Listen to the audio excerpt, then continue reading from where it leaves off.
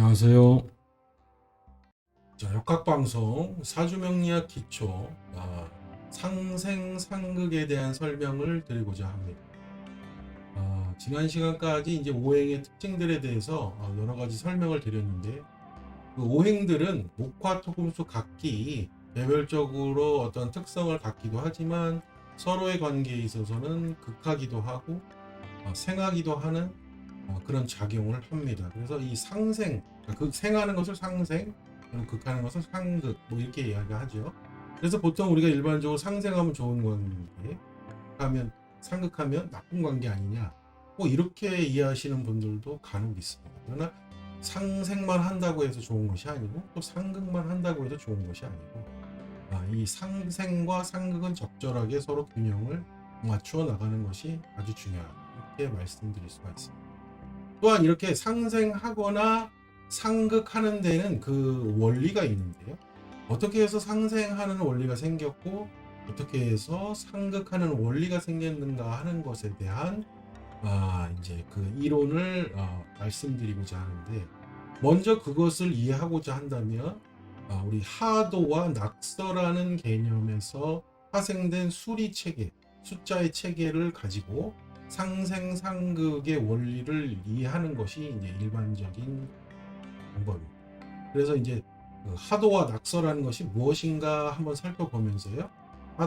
하도와 낙서 안에 들어있는 상생상극의 원리를 한번 이해해보는 시간을 갖도록 하겠습니다. 자, 먼저 이제 준비해온 자료를 보시면서 또 이제 그 설명을 드려보도록 하겠습니다. 자, 먼저 이제 그 자료를 보시면 이제 하도라고 하는 것이 있는데요. 이제 하도는 이제 그 글자에서 나와 있듯이 이 하도라고 하는 것은 이제 황하, 중국에 있는 황하의 강에서 나온 그림이다. 그림판이다. 뭐 이렇게 이해하시면 되겠는데요. 중국에는 이제 중국을 시원 처음에 만든 사람들이 이제 사망오제라 그래서 세 명의 황제가 나오는데 이제 태고 복희라는 사람이 있었고요. 그다음에 염제 신농이라는 사람이, 헌원 황제라는 이 세 명의 전설적인 인물에 의해서 중국이 만들어졌다 하는 것이 이제 중국의 역사관이죠. 그래서 이제 그때에 이제 그 복희나 황제 시대를 거치면서 선천의 관계, 그 다음에 후천의 관계가 다 성립이 되면서 이 안에서 이제 역이 다 성립이 돼서 우리가 아는 그런 주역이 관계가 정리되었다라고 하는 것이 또 이제 그 중국의 주장이죠.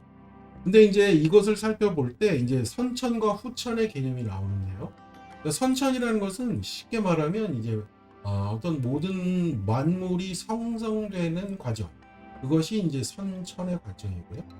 후천이라고 하는 것은 또 이제 간단하게 얘기하면 그 만들어진 선천의 단계를 거쳐서 사람이 살아가는 단계가 이제 후천의 세계다, 이렇게 보시는 것이 일반적입니다. 그런데 이제 어쨌든 하도는 이런 전판의 그림의 모양에서 저기 나와 있는 그림을 보시면서 여기 이해하시면 되겠는데요. 여기 요런 전판이 이제 태고 복희 시절에 이제 황하에서 용마라고 하는 것은 이제 한자로 보면은 그러니까 용처럼 생겼기도 했고 또 말처럼 생긴 것 같은 신비한 동물이라 하는 것이죠. 전설상의 동물이니까요. 그 배에 있는 그 무늬를 보니까 특별한 도식이 있더라는 겁니다. 그래서 그 도식을 보고 우리가 그 도식에 관계되어 있는 것을 가지고 그 수리 체계를 이해했는데 그것을 정리해서 보니까 저러한 전판이 됐다는 것이죠. 근데 자세히 보시면 여기 보시면은 동그라미로 되어 있는 게 있고 이제 여기 검은 점으로 되어 있는 것도 있고, 그래서 요거는 숫자 몇 개, 요거 몇 개 이런 식으로 정리가 되어 있는데요. 그래서 보통 이런 거를 이제 양의 숫자, 이건 음의 숫자 이런 식으로 인식을 합니다. 그래서 이것을 좀 더 구체화한 도식표로 보게 되면 다음과 같습니다. 자, 그래서 그거를 좀 더 확대해서 보면 숫자도 세어보니까 중앙에는 여기 보면 하얀 점은 5개고요. 검은 점은 10개더라. 위아래 합쳐서. 그리고 이제 요 왼쪽에 보시면 여기 이제 흰 점은 3개고 검은 점은 8개. 그다음에 요 위쪽에 보시면 이제 검은 점은 2개, 흰 점은 7개. 그다음에 여기는 검은 점이 4개, 흰 점이 9개. 그다음에 제일 아래에서는 흰 점이 1개, 검은 점이 6개 이렇게 번역별로 묶어 있는 형태로 되더라는 것이죠. 그래서 쭉 세어 보니까 아래로 정리해 보니 자, 동그라미로 되어 있는 흰색은 13579에 해당되고 그다음에 검게 되어 있는 점은 세어보니 24680에 해당되더라. 그래서 우리 문화 중에는 어때요? 13579는 양의 수, 그래서 양을 의미하는 숫자, 그 다음에 24680은 음을 나타내는 것으로 분류하기도 합니다. 그래서 이것을 우리가 13579는 홀수, 그 다음에 24680은 우리가 흔히 짝수라고 부르죠. 한자로 하면 기수, 홀수는, 그 다음에 우수, 짝수는 우수, 이런 식으로 표기하기도 하는 것이죠. 그래서 방향성을 보게 되면요. 자, 일육을 나타내는 이쪽을 북쪽으로 봅니다. 그다음에 자, 이쪽을 동쪽으로. 그러니까 북쪽이 수에 해당되는 지역이라고 보는 것이죠. 그래서 일육은 북수에 해당되는 것이다. 그다음에 동쪽은 3과 8. 그래서 이것을 목에 해당되는 지역이다. 이렇게 보는 것입니다. 방향성을 말씀드리는 겁니다. 자, 그 다음에 여기 2개, 7개 있는 쪽은 이제 남쪽. 그래서 남쪽으로 보고 화해에 해당되는 오행이다. 그 다음에 이쪽에 4구는 서쪽. 그 다음에 이쪽은 금에 해당되는 것이다. 자, 이렇게 하고 중앙은 토를 의미하죠. 그래서 이제 구분을 해보면 38은 목이고 목은 38이고요. 정리해보면 화는 27이 되겠죠. 다음에 토는 당연히 5와 10이 되고요. 금은 4와 9가 됩니다. 다음에 수는 1과 6으로 정리가 될 수 있죠. 그래서 쭉 정리한 것이 이제 이 아래에 나와 있는 숫자이죠. 그러니까 오행에 배속된 숫자들을 잘 보시면 되겠죠. 근데 여기서 한 가지 중요하게 이해하고 넘어가셔야 될 부분은 바로 보시면 방향성이 수에서 목을 생하고요. 수, 생, 목. 그 다음에 목에서 화를 생합니다. 그래서 목, 생, 화. 처음에는 수생목, 그 다음에 목생화, 화생토. 그래서 화생토.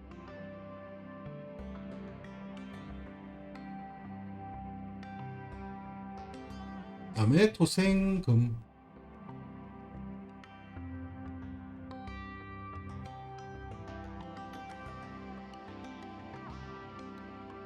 그 다음에 이제 마지막으로 이제 금생수가 되는 것이죠. 금생수.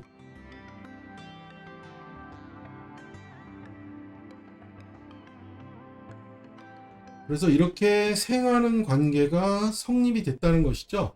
그래서 방향성을 보시면 이렇게 도식화된 모양으로 이렇게 상생관계, 한개 말해서 상생관계가 형성됐다. 생하는 관계죠. 그래서 정리하면 수가 목을 생하고 목이 화를 생하고 그다음에 화가 토를 생하며 토가 금을 생하고 금이 수를 생하는 방향으로 이렇게 이루어진 것이다. 자, 이게 뭐라고요?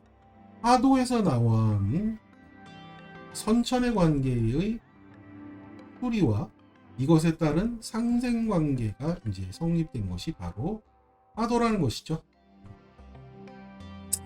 자, 그 다음에 이제 요것을 이제 이해하시면은 다음에는 낙서라는 것이 등장하는데요. 낙서는 이제 중국이 이제 복희 시대를 지나서 하나라, 은나라, 주나라 때쯤 돼서 이제 하나라의 우임금 홍수를 퇴치하고 나니까 거기에서 이제 거북이의 등판을 보니 희한한 이렇게 표식들이 있어서 그걸 가지고 또 이제 또 뭔가를 캐치해냈다, 그걸 도식화했다 해서 이제 낙서라고 부릅니다. 그걸 낙서. 이제 시간적으로 볼 때 이제 선천으로부터 시간이 좀 꽤 흘렀죠. 그래서 이제 요거를 정리하니까 요런 식의 그림 전판이 형성된다는 거죠. 자세히 보시면 하도에서 나왔던 것과 좀 약간은 사뭇 다른 모양으로 정립이 되어 있습니다. 자, 이것을 좀 더 구체화해서 도식화해 보면 자, 이렇게 정리가 될 수 있습니다. 그래서 전판을 살펴보니 여기는 검은 게 8개, 흰 게 1개, 검은 게 6개. 이쪽에는 흰 게 3개, 흰 게 5개, 흰 게 7개, 그다음에 여기는 검은 게 4개, 그다음에 9개, 2개, 이런 식으로 숫자가 배열이 되어 있더라는 것이죠. 그래서 이제 낙서에서는 이러한 숫자 체계로서 정리가 된 것을 확인을 했다는 것입니다. 그래서 결과적으로 이것을 정리해 보면은 이렇게 되겠죠. 816, 357, 492. 이제 이렇게 되겠구나. 그러면 이제 다시 그 도식에서 가서 한번 보면요. 자, 아까 16은 수라고 그랬죠? 이것은 수라고 그랬고요. 그 다음에 38은 목이라고 했습니다. 그 다음에 49는 금이고요. 그 다음에 27은 화가 됐습니다. 중앙은 당연히 토라고 했어요. 자, 그러니까 이제 그 하도에서 나타났던 것과 한번 비교해서 보시면요. 자, 아까는 16은 여기 맞습니다. 그 다음에 38은 그대로 있죠, 동쪽에. 그러나 여기는 27, 2가 여기 있고 27, 이제 49가 여기 있는 형태로 이렇게 돼 있죠. 그런데 낙서로 가게 되면 보시는 바와 같이 2와 7이 서로 위치가 바뀌어 있는 것을 알 수 있습니다. 그래서 낙서에서는 금과 화가 서로 방향성이 남쪽과 서쪽에서 서로 교차되어 있는 것을 확인할 수 있죠. 그래서 여기서 우리가 정리를 해보면 이제 우리가 이제 이렇게 돼 있는 것을 우리 한자 문학에서 이제 구궁이라고 하는데요. 816, 357, 그다음에 492 이렇게 방향성을 구궁에다 이건 구궁 9자리 구궁이라고 합니다. 그래서 이렇게 정리가 됐는데 결국은 요 금의 위치와 화의 위치가 서로 바뀌어 있다는 것을 알 수 있는 것이죠. 그래서 우리가 여기서 이제 이해할 수 있는 것은 이제 금극목, 금에서 목을 극하고 목극토, 그 다음에 토극수, 그 다음에 수극화, 화극금 하는 식으로 이렇게 방향성이 설정되더라는 거죠. 그래서 정리해 보면은 이제 수부터 한번 해볼게요. 수극화,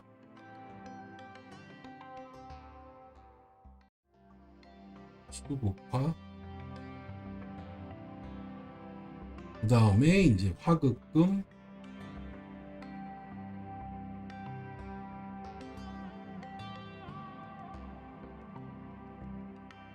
그 다음에 금극목,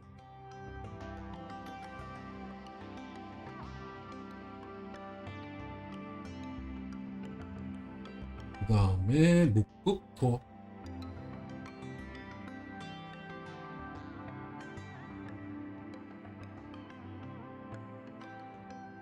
다음에 토국수.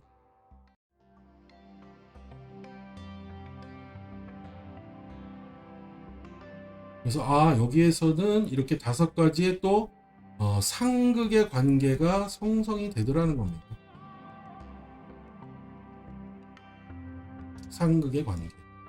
그래서 낙서에서는 상극의 관계를 설명하는 수리체계가 형성되는 것이죠. 그래서 아까 상생의 관계에서 보였던 도식과 자 보시면 상생의 관계에서는 이런 도식 관계가 되죠. 그 다음에 상극의 관계에서 도식을 보면 정반대 모양이 됩니다. 이렇게. 그래서 하도에서는 상생, 낙서에서는 상극의 관계를 이해하고자 하는 도식이 형성되더라는 것입니다. 자, 그것이 무슨 용마의 점토나 거북이 등판이 아니라 이제 설명은 이제 전설상의 어떤 그런 관계로 설명을 하지만 실제로는 이제 이러한 음수와 양수, 수리 체계, 그 다음에 그 상생과 상극의 관계를 이렇게 방향성과 함께 제시해서 이해하고자 하는 텍스트다 이렇게 이해하시면 쉽습니다. 그래서 정리하면은 이제 요런 모양이 되겠죠. 자, 하도의 숫자 체계에서는 상생을 나타내는 이런 모양, 그 다음에 낙서에서 나타내는 것은 상극을 나타내는 이런 도식 관계를 형성하게 되는 것이죠. 그래서 이것을 두 가지를 딱 합치게 되면 대충 뭐 이제 이런 모양이 되겠죠. 뭐 제가 그림을 좀 이렇게 좀 잘 못 그릴 수가 있는데요. 그리고 이제 저쪽에 있는 것도 이렇게 해서 이렇게 붙이면 대충 이렇게 하면 이제 제가 좀 그림을 잘 못 그려서 죄송합니다. 태극 모양이 됩니다. 쉽게 말하면 요게 요 두 가지가 합쳐지면은 이제 이렇게 되는 모양에서 이렇게 되는 모양으로 이제 합쳐진다고 보시면 돼요. 그래서 쉽게 말하면 상생상극은 하도와 낙서에서 각기 발생한 상생상극의 모체, 원리면서 모체이지만 이 두 가지가 합쳐지면은 타원형 안에서 상생과 상극이 서로 합쳐져 있는 그런 모양이 이제 형성된다는 것이죠. 그래서 이제 태극의 원리라는 것은 쉽게 말해서 하도와 낙서의 원리를 합쳐서 상생과 상극의 관계를 설명하고자 하는 도식의 관계를 태극의 모양이다 이렇게 보시면 됩니다. 그래서 우리가 태극기에서 흔히 말하는 그 태극이 왜 생겼는지를 대체적으로 사람들이 이해하지를 못하는 경우가 많은데요. 그것은 이제 상생 상극의 관계가 서로 뭉쳐져 있어서 선천과 후천의 세계가 서로 이렇게 발생하면서 상생하는 관계에서 선천에, 상극하는 관계에서 후천의 관계가 생기면서 모든 만물이 생성됐다는 이치를 설명하는 것입니다. 그리고요, 정확하게는 이제 한 해에 이제 동지와 하지를 이렇게 놓고 보면 여기에 이제 이게 표가 좀 제가 그림을 잘못 그려서 하나는 이제 양이 제일 극을 쳤을 때, 뭐 음이 제일 극을 쳤을 때, 그래서 양이 극을 쳤을 때는 이제 하지가 되고 음이 가장 극을 쳤을 때 동지가 되는 요 타임라인이 24절기의 순환 체계에서 음양의 분포도와 정확하게 일치합니다. 그래서 24절기의 음양의 분포, 그것이 이 태극 모양 안에 상생상극의 원리에 따라서 움직이는 그 패턴과 그 곡선에 따라서 움직이는 것이 동지와 하지의 궤도하고 그대로 일치한다 이렇게 보시면 됩니다. 그래서 이것이 이제 정립된 것이 쉽게 말해서 상생과 상극의 원리가 되겠습니다. 그럼 여러분들이 흔히 말하는 우리 인간의 삶은 상생의 관계일까요? 상극의 관계일까요? 대부분 사람들의 관계는 후천에 이루어진 세계이고요. 선천은 만물이 생성되는 단계의 영역이니까 인간이 살기 시작했던 성은 후천의 세계죠. 당연히 상극의 관계가 인간의 세계입니다. 그래서 인간은 우리가 바라는 대로 뭐 상생을 원할 수도 있겠지만 서로 상극하는 관계가 되게 많습니다. 그래서 우리가 뭐 직장 나가기 싫어도 나가야 되는 그런 극의 관계. 그러니까 우리가 그런 상극이 인간의 삶을 이끌어가는 하나의 원리나 원칙이 되는 경우도 하죠. 그러나 이제 부모님 어머님한테 아버지와 어머님한테 생을 받는 거는 뭐 이제 상생의 관계에서 이제 온전히 생하는 관계가 이루어지기도 하죠. 그래서 이제 뭐 무조건 다 상극이 되는 것은 아니지만 대체적으로 일반적으로는 이제 인간의 삶은 상극의 관계가 많다는 것이죠. 자, 이 정도에 의해서 이제 우리가 보통 상생 상극의 원리를 하도와 낙서 이 두 가지의 어떤 그 전판에서 나와 있는 수리 체계를 가지고 이해하는데요. 그래서 우리가 여기에 하도의 도자와 낙서의 서자를 우리가 합쳐서 도서관이라고 합니다. 그래서 우리가 도서관 할 때 한자는 하도의 그림 도자와 낙서의 책 서자가 합쳐진 글자가 도서예요. 그래서 우리가 도서관이라는 그 단어가 그 일반적인 어떤 의미보다 굉장히 깊은 뜻을 갖고 있는 거예요. 여러분들은 도서관에 가시면 그 도서라는 것이 하도 낙서의 선천 후천의 관계를 합친 글자의 영역으로 들어가시는 거나 마찬가지죠. 굉장한 뜻을 갖고 있습니다. 자, 이렇게 설명드린 내용들을 중심으로 자, 이제 하도와 낙서의 개념을 가지고 우리가 보통 이제 상극 상생의 관계를 설명을 하죠. 그래서 이제 뭐 최대한 이제 여러분들이 이해하시기 제일 그 쉽도록 이거 말고도 이제 더 복잡한 개념이 많고요. 또 이 원리를 가지고 여러 가지 설명을 하는 경우도 많은데요. 최소한 우리는 이제 상생상극의 원리만 일단 이해하는 방향으로 정리해서 말씀드렸습니다. 그래서 상생과 상극의 권리가 이제 어디서 왔느냐? 그러면 하도와 낙서의 원리에 의해서 만들어진 것이다. 이 정도. 그것이 이제 선천과 후천의 관계가 있다. 이 정도로 이해하시면 우리가 초 단계에서는 충분히 학습 효과가 있었다. 이렇게 보시면 되겠죠. 그래서 이제 다음 시간에는 이제 상극 또는 상생의 원리를 아셨으니까요. 그것이 이제 서로 극하고 생하는 관계에 대한 설명들을 또 올리도록 하겠습니다. 자, 그래서 오늘은 하도 낙서의 원리에 대해서 이제 상생 상극의 원리를 전달해 드렸습니다. 지금까지 시청해 주셔서 감사합니다.